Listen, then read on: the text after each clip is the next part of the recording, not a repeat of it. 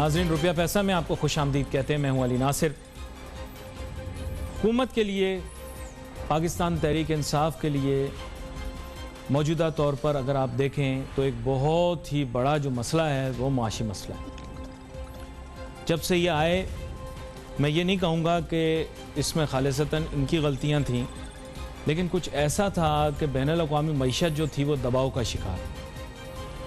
जैसे नवाज शरीफ साहब के लिए अच्छी बात ये रही कि 2013 के अंदर जब उनकी हुकूमत बनी तो हवा जो है वो उनके रुख में चल रही थी, और फ़ायदा ये हुआ कि जनाब वाला जो अच्छी चीज़ें दुनिया भर में हो रही थीं उनका फ़ायदा भी उन्हें मिल गया, और उन्हें जो है वो उन्होंने मेडल के तौर पर अपनी हुकूमत के सीने पर लगा लिया कि जनाब ये अचीवमेंट हमारी है। बिलफर्ज बैनुल-अक़वामी सतह पर तेल की कीमतों में कमी, तो जनाब मुस्लिम लीग नवाज़ और साबिक वज़ीर आज़म नवाज शरीफ साहब ने उसका क्रेडिट ले लिया, उसको ट्रांसफ़र किया, आवाम की तरफ ट्रांसफ़र किया, इसमें कोई शक नहीं है।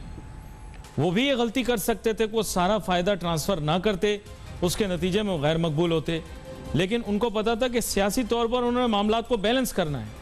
इसलिए इसके बावजूद के लोगों ने उनको सलाह दी कि भाई सारा ट्रांसफ़र नहीं करो, लेकिन उन्होंने कहा नहीं, मुझे अपनी सियासी साख बरकरार रखनी है और अपनी मकबूलियत को अप रखना है, क्योंकि सियासी क़ुव्वत एक उभर के सामने आ रही है जिसका नाम है पाकिस्तान तहरीक इंसाफ, उनको काउंटर करना है। तो उन्होंने खैर इस मेडल को अपने सीने पे लगाया। साथ साथ दुनिया भर की मईशत के अंदर तेज़ी आई हुई थी।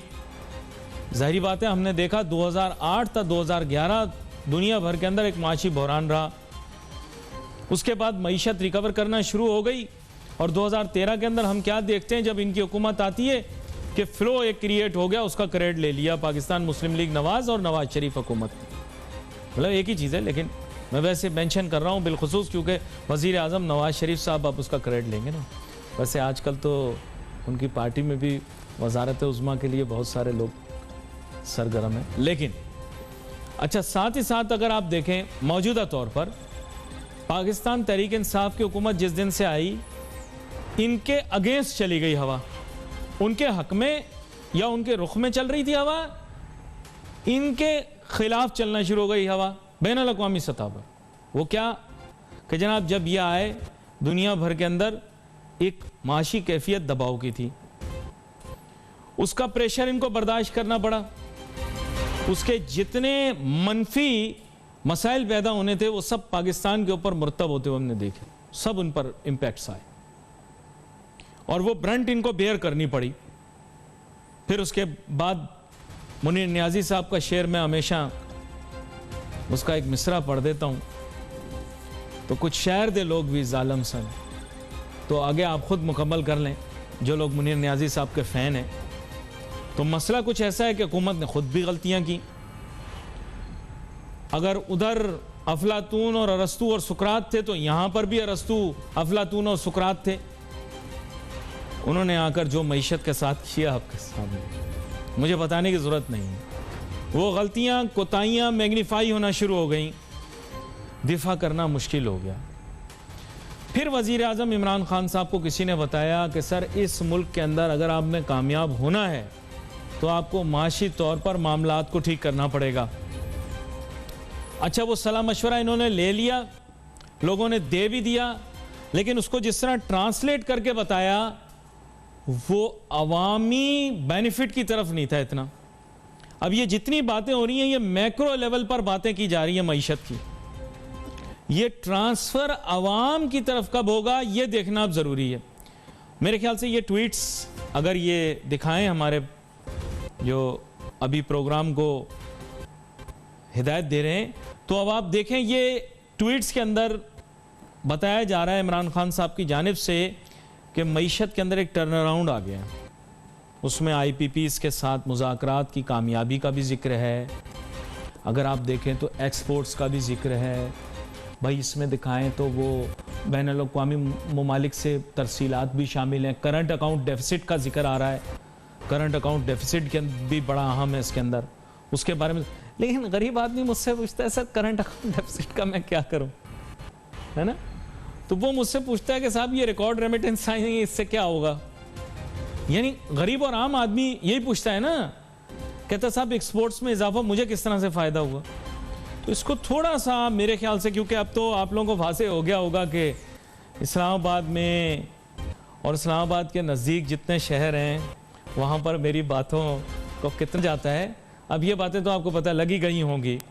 तो अब मैं वापस आता हूँ तो मैं एक मशवरा मैं देता हूँ, और मेरे ख्याल से मेरा मशवरा वज़ीर आज़म इमरान खान साहब ज़रूर सुनेंगे, क्योंकि इस वक्त मेरी बहुत सारी चीज़ें वो सुन ही रहे हैं और शायद पसंद भी कर रहे हैं। Let's take a short break.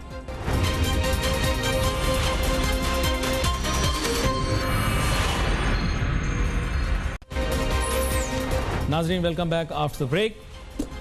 इससे पहले कि मैं मेहमानों की जानिब जाऊं, मैं एक सलाह मशवरा देना चाहता हूं वज़ीर आज़म इमरान खान साहब को कि अगर माशी टर्न अराउंड और माशी बेहतरी की जानिब उन्होंने आवाम को आगाही देनी है, तो इस वक्त उनकी कम्युनिकेशन, उनकी ट्वीट्स का मरकज़ महवर आवाम की वेलबींग होना चाहिए। बेहतर ये होगा कि वो रोज़गार के मुतालिक बात करें, महंगाई कम करने के मुतालिक ट्वीट्स भी करें, कम्युनिकेट भी करें।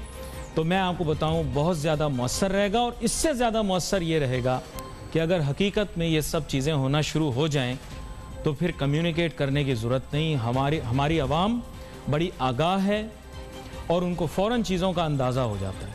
तो अगर इस पर तवज्जो दी जाए और बहुत सारे लोग जो उनकी कम्युनिकेशन को मैनेज करते हैं वो इस पर फोकस करें, तो उनको बेहतर रिस्पांस मिलेगा आवाम की जानिब से। मेहमानों का तारुफ कराता चलूँ। सबसे पहले जनाब डॉक्टर शुजात मुबारक साहब, जो कि एक मारूफ मईशतदान हैं, 12 प्रोग्रामों में आते भी रहते हैं और दीगर चैनलों पर आते हैं, ये अपना तज़िया पेश करते हैं हमारे साथ शामिल गुफ्तगू के स्टूडियो से। और डॉक्टर अयूब महर साहब, जो कि एक मारूफ मईशतदान है और ये भी जो है बड़ी गहरी निगाह रखते हैं पाकिस्तान की मईशत के ऊपर। दोनों को वेलकम करता हूँ शो में और गुफ्तगू का आगाज़ करता हूँ जनाब डॉक्टर शुजात मुबारक साहब आपसे। बात यह है कि जब शुमारियात हमारे सामने पेश किए जा रहे हैं, मैक्रो इकनॉमिक शुमारियात, तो इनके अंदर अगर आप देखें तो बहुत सी बेहतरी हमें दिखाई देती है। आप क्या राय देना चाहेंगे अपनी इसके मुतालिक कि जो रेमिटेंसेस के बारे में बात की गई, एक्सपोर्ट्स के मुतालिक बात की गई, करंट अकाउंट डेफिसिट के बारे में बात की गई, ये दुरुस्त है? और दुरुस्त है तो मुल्क को इससे क्या फ़वायद होंगे? बहुत शुक्रिया अली भाई अपने प्रोग्राम में बुलाने का। सबसे पहली बात तो ये कि ये जितने भी जो स्टैटिस्टिक्स या शुमारियात दिए जाते हैं, ये एक पर्टिकुलर पॉइंट इन टाइम के होते हैं और ये एक पर्टिकुलर पॉइंट पे है। उसके बाद ये अदाद शुमार चेंज भी हो सकते हैं और इनको कई दफ़ा चेंज करके भी बताया जाता है। सबसे पहली बात तो ये कि ये जो जितने भी स्टैटिस्टिक्स है ये शॉर्ट टर्म है, और अगर ये लॉन्ग टर्म स्टेबिलिटी हो तो फिर पता चले कि वाकई कुछ कंट्रीब्यूशन या वाकई कुछ चीज़ों में बेहतरी आ रही है। गवर्नमेंट अगर ये बताती है कि अब रेमिटेंसेस इतने हैं या अब हमारी एक्सपोर्ट्स इतनी हो गई है, तो उसका एक थोड़ा सा हमें हिस्टोरिकल ट्रेंड भी बता दें कि पहले कितनी थी और फ्यूचर में कितनी होंगी। ये जो अब रेमिटेंसेस बढ़ रहे हैं, इसकी एक बुनियादी वजह ये है कि आपके जितने भी एक्सपर्ट्स थे जो बाहर काम कर रहे थे लोग, वो रोल बैक करके आप पाकिस्तान में आ गए, अपनी जो भी कमाई थी वो यहाँ पर लेके आ गए। आर्जी तौर पर आपके रेमिटेंसेस बढ़ गए हैं, लेकिन लॉन्ग टर्म में कोरोना की वजह से जो इंटरनेशनल लेवल पे अनएम्प्लॉयमेंट्स हुई हैं, जिसकी वजह से आपके लोग वापस अपने मुल्क लौटे हैं, तो आपके रेमिटेंसेस कम हो जाएंगे और आइंदा चंद महीनों में आप देखिएगा कि आपके रेमिटेंसेस अच्छे खासे कम हो जाएंगे। जो गवर्नमेंट ने दूसरे फिगर्स बताए हैं, जैसे इंपोर्ट्स के फिगर्स ये बताया जा रहे हैं इंपोर्ट्स कम हो गई हैं, तो पाकिस्तान की इकोनॉमिक ग्रोथ ही इंपोर्ट लेड ग्रोथ है। इस तरह से कि आपके जितने भी आप रॉ मटेरियल इंपोर्ट करते हैं, आप मशीनरीज इंपोर्ट करते हैं, ये सारी चीज़ें इंपोर्ट करने के बाद आप प्रोड्यूस कर रहे होते हैं, फिर किसी हद तक एक्सपोर्ट करते हैं। शायद यही एक बड़ी वजह है कि गवर्नमेंट तो ये कह रही है कि हम रॉ मटेरियल की इंपोर्ट को अलाउ कर रहे हैं, बहुत सारी चीज़ों को अलाउ कर रहे हैं, लेकिन इसके बावजूद भी अगर आप रियल ऑन द ग्राउंड देखेंगे, आप बिजनेसमैन से पूछेंगे तो वो इस चीज़ को नहीं मान रहा। वो ये कह रहा है कि करंट अकाउंट डेफिसिट को कम करने के चक्कर में हमारी जो सनतों का पहिया या तो उसको जैम कर दिया या उसको रोक दिया गया। तो ये तो दूसरे अदाद से साहब आपके रवैये को इसमें बड़ी तब्दीली नहीं सर, मैं देखें रियलिस्टिक आपको एक तजिया बता रहा हूँ, साथ में ऑनरेबल डॉक्टर अयूब साहब ये वो भी ऐड करेंगे। इसको दो हिस्सों में तोड़ लेते। देखिए, सबसे पहले ये बता दें कि फैक्चुअली करेक्ट है, यस और नो, फिर उसके बाद आपका तज़िया। एक पॉइंट इन टाइम है, एक point in time they are not comparative, that is just one point in time. मैं अभी किसी एक शख्स से पैसे पकड़ के कहूं कि मेरे पास 50 लाख रुपए हैं या मेरे पास 1 करोड़ रुपए, किसी से पैसे ले लूं और कहूँ कि जी मेरे पास 1 करोड़ रुपए हैं और वो मैं शो करने के बाद मैं वापस कर दूं, तो क्या वो पैसे मेरे थे? नहीं, अब हम स्किन के अंदर, बिलो द स्किन अगर आप इजाजत दें तो हम फिर जाते हैं, लेकिन फैक्चुअली आप महसूस करते हैं कि सही है।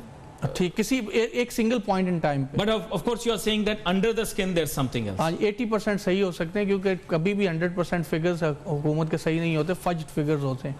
अच्छा, तो अब देखें ना, अब आपने वजाहत की है कि आपका व्यू में क्या है।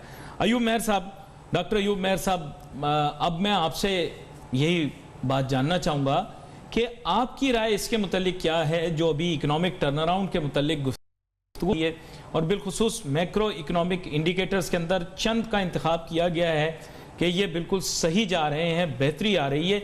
आप इसके बारे में क्या कहते हैं और इसमें और क्या क्या किया जा सकता है? जी अयूब, डॉक्टर अयूब मेहर साहब। जी डॉक्टर अयूब मेहर साहब, आपको मेरी आवाज़ आ रही है? मेरे ख्याल से उनके साथ दोबारा से रब्ता हम करने की कोशिश करते हैं। डॉक्टर शुजात मुबारक साहब, चलें अब मैं सेकंड पॉइंट पर आता हूं, जिसके मुतालिक आपने बहुत सारी वजाहत दे दी कि असल में जो पस पर्दा चीज़ें हैं वो शायद मुख्तलिफ नौइयत की हैं और सुपरफिशली ये चीज़ें इम्प्रूव की गई, ये आपकी राय है, और इसके अंदर आपने ज़ाहिरी बात है जवाब भी पेश किए हैं। अच्छा, मुझे ये बताएं कि इसके बारे में आप क्या राय रखते हैं कि उसका ट्रिकल डाउन इफेक्ट जब तक नहीं आएगा तब तक इनको उसकी पजीराई नहीं मिलेगी, ये क्या कहते हैं? देखिए सर, ट्रिकल डाउन इफेक्ट उस वक्त आता है जब आप लॉन्ग टर्म में एक पर्टिकुलर पीरियड ऑफ टाइम के लिए एक सस्टेनेबल कुछ फिगर्स हों, कि जैसे हमारी एक्सपोर्ट पिछले चंद महीनों से बढ़ रही हो तो फिर तो उसका ट्रिकल डाउन इफेक्ट आएगा। अगर आपकी इकोनॉमिक ग्रोथ एक कंसिस्टेंटली बढ़े फिर तो ट्रिकल डाउन इफेक्ट आएगा। एकदम एक महीने के लिए या 2 हफ्तों में, 3 हफ्तों में, 4 हफ्तों में एकदम आपकी जो चीज़ें हैं वो स्पाइक पकड़ गई हैं, आपकी जो एक्सपोर्ट्स हैं वो बढ़ गई हैं, उसके बाद फिर कम हो जाए तो उसका फ़ायदा नहीं है, नंबर 1। दूसरा ये कि अब सोशल इंडिकेटर्स जो हैं वो सबसे बेहतर इंडिकेटर्स होते हैं गवर्नमेंट की परफॉर्मेंस को देखने के लिए। सोशल इंडिकेटर्स में जो पॉवर्टी, चले मैं पॉवर्टी पे बात नहीं करता, मैं सिर्फ एक बात पे पहले दिन से इस शो में मैं बात कर रहा हूँ, जब गवर्नमेंट आई उस दिन मैंने ये पॉइंट उठाया था और अब तक मैं यही बात कर रहा हूँ कि एजुकेशन के रिफॉर्म्स को बुनियादी अहमियत हासिल है किसी भी गवर्नमेंट या किसी भी ग्रोथ के आप ट्रैक को देख लें। उसमें गवर्नमेंट और खान साहब स्पेशली हमारे वज़ीर आज़म साहब ने कहा था 2.5 करोड़ बच्चे स्कूलों से बाहर हैं, उनका क्या किया? वो तो बच्चे अभी तक वो स्कूलों से बाहर ही हैं, उनके लिए कोई चीज़ भी नहीं है। हेल्थ के लिए कहा गया जी कि हेल्थ के लिए हम इंफ्रास्ट्रक्चर फराहम कर रहे हैं। हेल्थ कार्ड देने के अलावा क्या किया? हेल्थ कार्ड तो कोई भी दे सकता है, अपनी जेब से वो पैसे वो कर सकते हैं। आपको इंफ्रास्ट्रक्चरल डेवलपमेंट्स, इंफ्रास्ट्रक्चरल इंप्रूवमेंट्स क्या आई?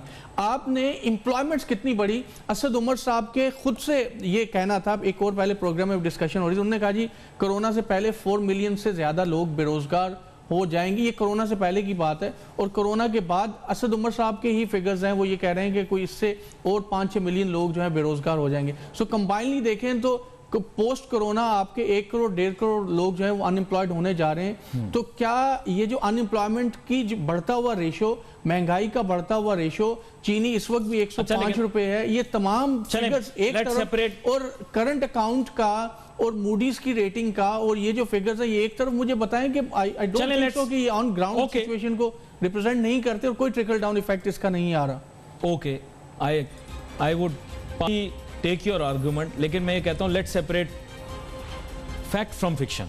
चलें आपकी बात हम यही लेते हैं कि असल में जो नहीं, मैंने कोई फिक्शन की बात, मैं तो ऑन नहीं, मैंने आपको नहीं कहा, मैंने कहा लेट्स सेपरेट जो कुछ हमें कम्युनिकेट किया जा रहा है उसमें फैक्ट और फिक्शन को अलग करते थे, ठीक है? अब आप मेजर करें कुछ चीज़ें, तो अब आपने बता दी ना कि बेसिकली उसके पीछे क्या है और हमें क्या दिखाया जा रहा है। लेकिन ऑब्वियसली इस व्यू के अंदर एक चीज़ आप एक्सेप्ट करेंगे कि there are many global economic phenomena at work. मानते हैं कि नहीं मानते? जो इनके कंट्रोल में नहीं है ना। देखिए, इसमें हम बात करेंगे, इनकी नाकामियों के बारे में हम जरूर बात करेंगे, बट आप इंटरनेशनल ब्रॉड पर्सपेक्टिव में देखकर बताएं कि क्या सारी चीज़ें इनके कंट्रोल में थी? देखिए, ग्लोबल फिनोमिना जो भी हो, आपकी जो आपका अपना एरिया ऑफ कंट्रोल है, आप उस पर तो फोकस करें ना। आप एरिया ऑफ कंसर्न पे क्यों जा रहे हैं? आप जो खुद कर सकते थे वो तो आपने किया नहीं। आप जो खुद कर सकते थे आपने ये, मैं अब दोबारा से वो चीज़ें गिनवाने वाली बात होगी, उसमें तो आपकी कोई पॉलिसी आई नहीं है, तो आप बस इंटरनेशनल जो इकोनॉमिक सिचुएशंस हैं, इंटरनेशनल जो हालात हैं वो चेंज होते रहेंगे। ये कोई भी किसी किस्म की हुज्जत नहीं है कि जी बैनुल-अक़वामी हालात ऐसे थे। मैं कहता हूँ तेल की कीमतें सबसे कम है इस वक्त। इस पे मैं आपसे तफसीली बात करता हूँ भाई, एक छोटी सी ब्रेक लेता हूँ, ब्रेक के बाद वापस हाजिर होते हैं और अपनी गुफ्तगू जारी करें। Let's take a shot.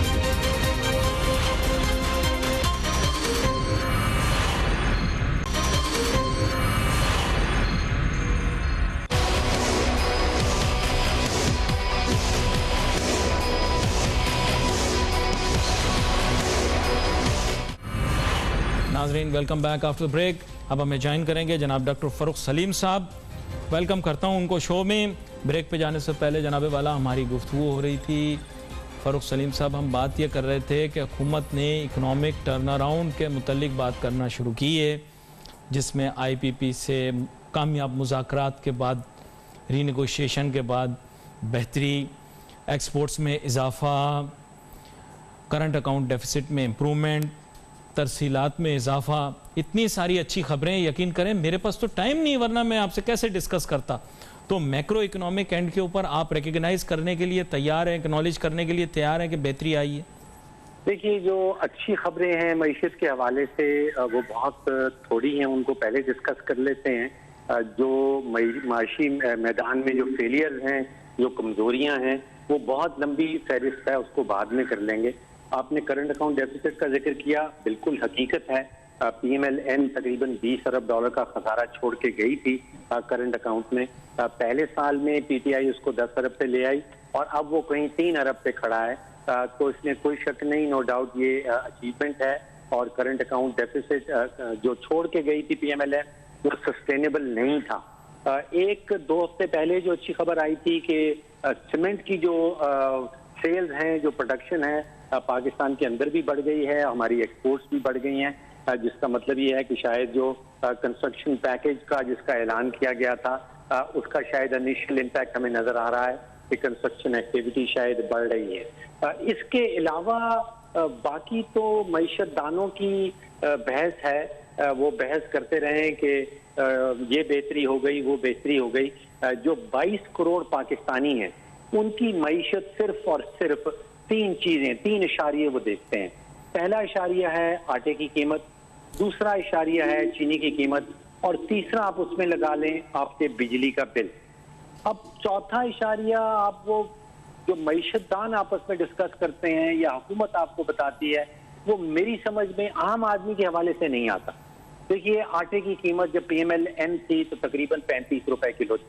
अब वो 60-65, मैंने सुना है कई जगह पे 70 रुपए किलो भी बिका है, यानी कि तकरीबन 60 से 70% इजाफा है आटे की कीमत से। चीनी 55 रुपए की 2 साल पहले थी, आज वो 100 रुपए से तजावज कर गई है, यानी कि 50 से 60% इजाफा चीनी की कीमत में है। बिजली का बिल मैंने अपना जाती बिल 2 साल पहले निकाल के देखा, 2 साल पहले वाला वो तकरीबन 10.5 रुपए का एक यूनिट था, जिसमें सारे टैक्सेस वगैरह शामिल हैं। आज 16 से 17 रुपए का यूनिट आ रहा है, जिसमें सारे टैक्सेस शामिल हों। अच्छा डॉक्टर फारूक सलीम, यहाँ पर मैंने स्टूडियो के अंदर डॉक्टर शुजात मुबारक साहब को भी बुलाया हुआ है। ये भी एक मईशत दान है, इन्होंने आपकी गुफ्तगू सुनी है, मेरे ख्याल से अच्छा मुबाहिसा हो जाएगा। मुझे नहीं पता, ये आपसे बहस करेंगे, इत्तेफाक करेंगे। शुजात मुबारक साहब, डॉक्टर फारूक सलीम साहब ने अपनी तहकीक के बाद कहा है कि ये 3 चीज़ें, आप एग्री करते हैं कि ये तीनों चीज़ें हैं, और इसके अंदर इन्होंने मवाजना करके बता दिया। फिर मैं आगे चलता हूँ उनकी जानिब, आप पहले अपना जवाब दे दीजिए। देखिए, बिल्कुल डॉक्टर साहब ने ये 3 चीज़ें तो बिल्कुल बड़ी पर्टिनेंट है, इसमें तो कोई शक है ही नहीं। एक्सपोर्ट्स के और चाहे करंट अकाउंट डेफिसिट्स के जो भी फिगर्स होते हैं, ये 3 चीज़ें आवाम पहले देखते हैं। लेकिन इसके साथ जो सबसे इम्पॉर्टेंट चीज़ है वो है आपकी एम्प्लॉयमेंट या आपका रोज़गार। जो अभी गवर्नमेंट जिस चीज़ को ओवरलुक कर रही है और जो फिगर्स छुपा रही है, वो ये कि कितने लोग बेरोज़गार हुए हैं। आपके कोरोना से पहले ही कोई, मैंने जैसे पहले बताया कि 40-50 लाख लोग बेरोजगार हो चुके थे। अब कोरोना के बाद 40-50 और लोग जो है लाख बेरोजगार होने जा रही है। टोटल कोई 1 करोड़ लोग बन रहे हैं। तो इनके पास जब पैसा नहीं होगा तो चाहे इवन के आटा सस्ता भी हो ये नहीं ले पाएंगे, चीनी भी नहीं ले पाएंगे और जो दूसरी चीज़ें कुछ भी जो है वो खा पी नहीं सकेंगे। तो मेरा गवर्नमेंट से ये कहना है कि जब ये फिगर्स बता रहे होते हैं कि हमने करंट अकाउंट डेफिसिट और फलां ये कर दिया, तो आप रोजगार के फिगर क्यों नहीं बताते? आप जैसे डॉक्टर फारूक ने इन्होंने बताया कि आप कीमतें जो है आम आदमी, इसमें आप चलें और भी 2-4 चीज़ें शामिल कर लें, आप हेल्थ के रिलेटेड जो चीज़ें हैं वो भी शामिल कर लें, आप इनकी प्राइसेस का बताएं ना कि ये चीज़ें कम हुई हैं और आम आदमी को ये रिलीफ वो मिल गया है जो। और दूसरा, मैं डॉक्टर साहब ये यहाँ से इनके साथ भी आप इनसे पूछ लीजिए कि ये जो फिगर्स हैं ये एक पर्टिकुलर पॉइंट इन टाइम के होते हैं, ये एक टाइम के बाद ये फिगर्स चेंज हो जाएंगे। हिस्टोरिकल आप फिगर्स को लें, ये फिगर्स जब सस्टेनेबल रहेंगे तो शायद ये फिर कहीं पे ट्रिकल डाउन इफेक्ट इसका आ सकता है, वरना एक पर्टिकुलर पॉइंट इन टाइम पे आपकी एक्सपोर्ट्स बढ़ गई हैं फिर कम हो जाएंगी, तो जब तक इनमें एक बेहतरी, एक सस्टेनेबिलिटी नहीं आएगी तो इन फिगर्स का कोई फायदा नहीं है। डॉक्टर फारूक सलीम साहब, आपने देखा इन्होंने आपके व्यू को एंडोर्स भी किया, लेकिन उसमें कुछ चीजें ऐड भी की। इन्होंने कहा अनएम्प्लॉयमेंट या एम्प्लॉयमेंट फिगर्स हमारे पास मौजूद नहीं है, और दूसरा कंपैरेटिव होना बहुत जरूरी है। क्या कहते हैं आप? जी बिल्कुल दुरुस्त कह रहे हैं। इसमें जो ज्यादा पर्टिकुलर फिगर आ जाती है, मैं समझता हूँ वो जो पाकिस्तान की आबादी का हिस्सा है जो शराय गुर्बत से नीचे रह रहा है। हमने जो महंगाई की बात की, हमने जो बात की कि पाकिस्तानियों की आमदन पिछले 2 साल में बजाय बढ़ने के तकरीबन 16 से 17% औसतन कम हुई है, उसका नतीजा आपको नजर आता है शराय गुर्बत से नीचे जितने पाकिस्तानी रह रहे हैं। जो 2018 के सर्वेज हैं आप उठा के देख लीजिए, उसमें तकरीबन 31% ऑफ पाकिस्तानी पॉपुलेशन जो है वो शराय गुर्बत से नीचे रह रही थी, यानी कि रफली 7 करोड़ पाकिस्तानी 2018 में शराय गुर्बत से नीचे रह रहे थे। 2020 के सर्वेज में तकरीबन 40% आबादी ऐसी है, आप समझिए अंदाजन 9 करोड़ पाकिस्तानी ऐसे हैं जो शराय गुर्बत से नीचे गिर गए, यानी कि पिछले 2 सालों में 2 करोड़ पाकिस्तानियों का इजाफा हुआ है जो शराय गुर्बत से नीचे चले गए हैं। तो ये 9 करोड़ आप सोचिए बहुत बड़ा नंबर है। यूरोपियन बहुत सारे ममालिक हैं जिनकी टोटल आबादी 9 करोड़ की है। तो ये मुझे बड़ा ही परेशान करता है कि अगर 9 करोड़ पाकिस्तानी ऐसे हैं जो बेचारे शराय गुर्बत से नीचे रह रहे हैं, और साथ ही साथ आपने चीनी की कीमत, आटे की कीमत 60, 70, 80% बढ़ा दी, तो वो लोग कैसे जिंदगी का गुजारा कर रहे होंगे। अब आप अंदाजा कीजिए कि किसी भी बड़े शहर में जो बड़ी मार्केट्स हैं, आप उनके बाहर जाइए, वहां पे जो डेली वेजेस हैं, जो अपना बेलचा और हथौड़ा लेके बेचारे वहां बैठे रहते हैं और उनको पिछले कई दिनों से रोजगार नहीं मिला, उनके पास अगर मैं जाऊं और उनको कहूं कि भाई आपको बड़ी मुबारक हो, हमारा करंट अकाउंट डेफिसिट कम हो गया, आप अंदाजा कीजिए वो अपने हथौड़े और बेलचे का क्या इस्तेमाल करें। मैं उनके पास जाऊं और उनको कहूं कि भाई बड़ी मुबारक हो, वो मूडीज ने हमारी रेटिंग स्टेबल कर दी, तो सही आपने कहा कि वो उसकी कॉम्प्रिहेंशन में नहीं आएगा, वो उसकी कॉम्प्रिहेंशन में नहीं आएगा। डॉक्टर शुजात मुबारक साहब, ये तो तकरीबन वही बात हो गई जो हम डिस्कस कर रहे थे कि बुनियादी तौर पे उसकी कॉम्प्रिहेंशन में नहीं आएगा ना। ये जो आम आदमी जिसके मनाजिर हम देख रहे हैं, ये सड़क पे खड़ा हुआ पूछ रहा होगा, ये बस पे बैठा पूछ रहा होगा, ये तमाम लोग जो इंतज़ार कर रहे हैं अपनी सवारी के, रिक्शे वाले के साथ अपना तय कर रहे हैं दाम कि कहाँ जाने के कितने पैसे होंगे, ये लोग पूछना चाहेंगे ना जनाब, ये जो आपने चीज़ें हमें भेजी यानी हुकूमत की जानिब इशारा करके, ये उनकी ज़िंदगी को किस तरह से बेहतर करेंगी? जी शुजात मुबारक। बिल्कुल, इसमें तो कोई दो राय नहीं है। ये देखें, ये बात मैं या डॉक्टर साहब नहीं कह रहे, ये बिल्कुल रोज़े रोशन की तरह आया है। ये फिगर्स किसी भी आप शख्स से पूछेंगे तो उसको क्या लेना देना करंट अकाउंट से। जैसे डॉक्टर साहब ने कहा कि किसी आप चले जाएं लेबर के पास तो उसे कहेंगे भाई करंट अकाउंट डेफिसिट या मूडीज ने अपनी रेटिंग बेहतर कर दी। अच्छा शुजात मुबारक साहब, आपकी बात मुकम्मल करते हैं, उससे गर्ज है ना। आपकी बात को मुकम्मल सुनते हैं, एक छोटी सी ब्रेक लेते हैं, ब्रेक के बाद वापस अपनी गुफ्तगू जारी रखेंगे।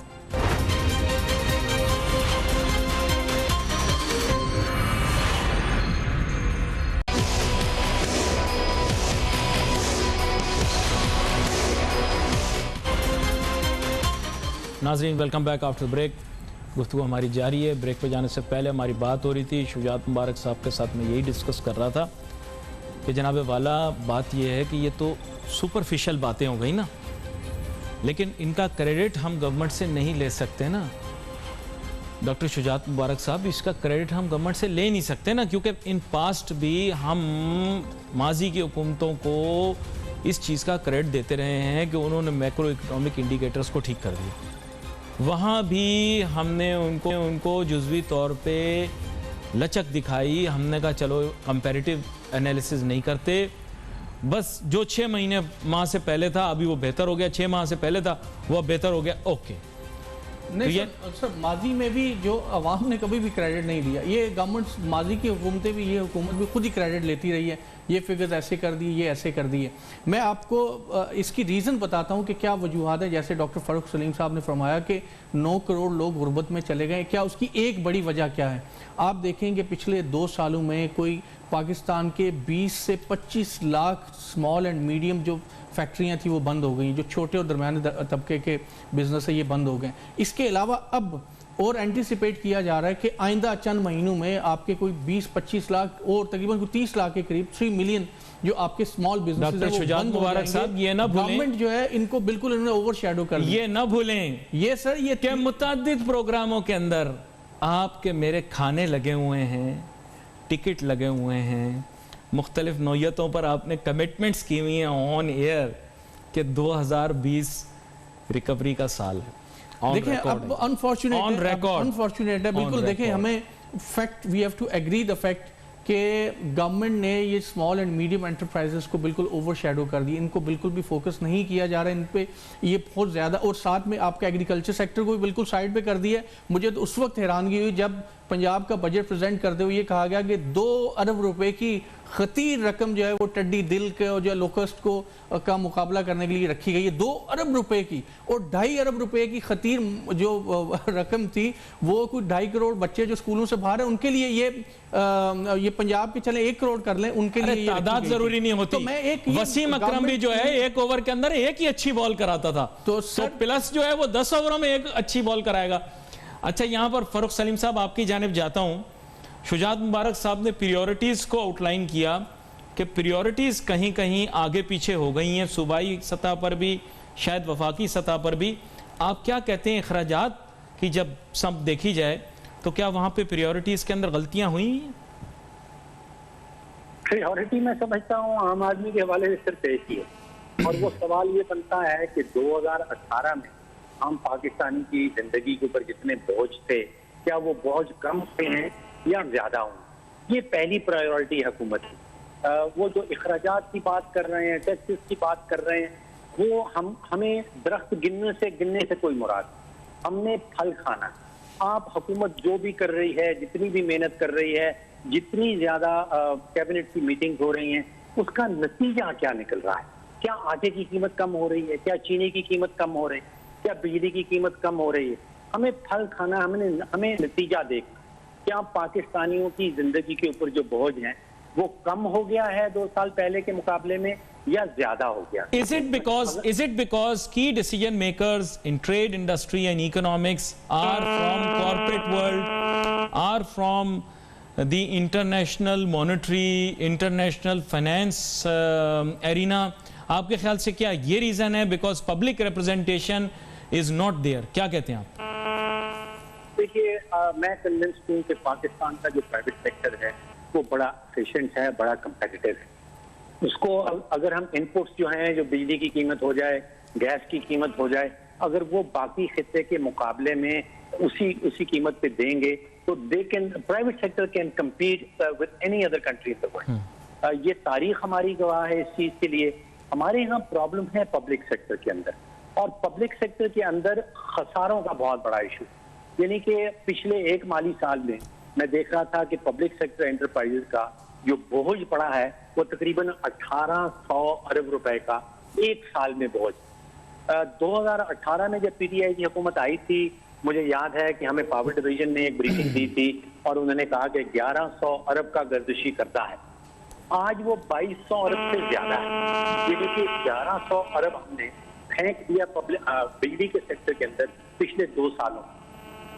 अगर आप पाकिस्तान की हुकूमत के खसारे गिनना शुरू कर दें तो आपको महसूस होगा कि पाकिस्तान जैसा अमीर मुल्क शायद ही कोई और हो।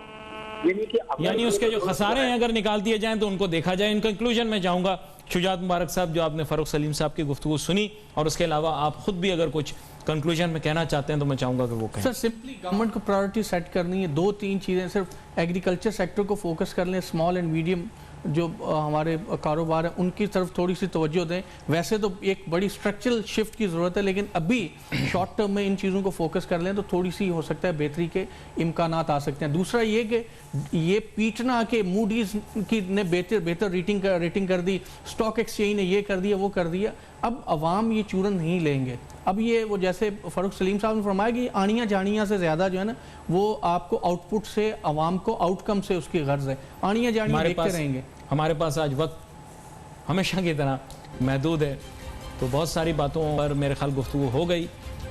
We wait for your message on Facebook. यहाँ पे अली नासिर हमारी टीम को इजाज़त दीजिए। अल्लाह हाफ़िज़।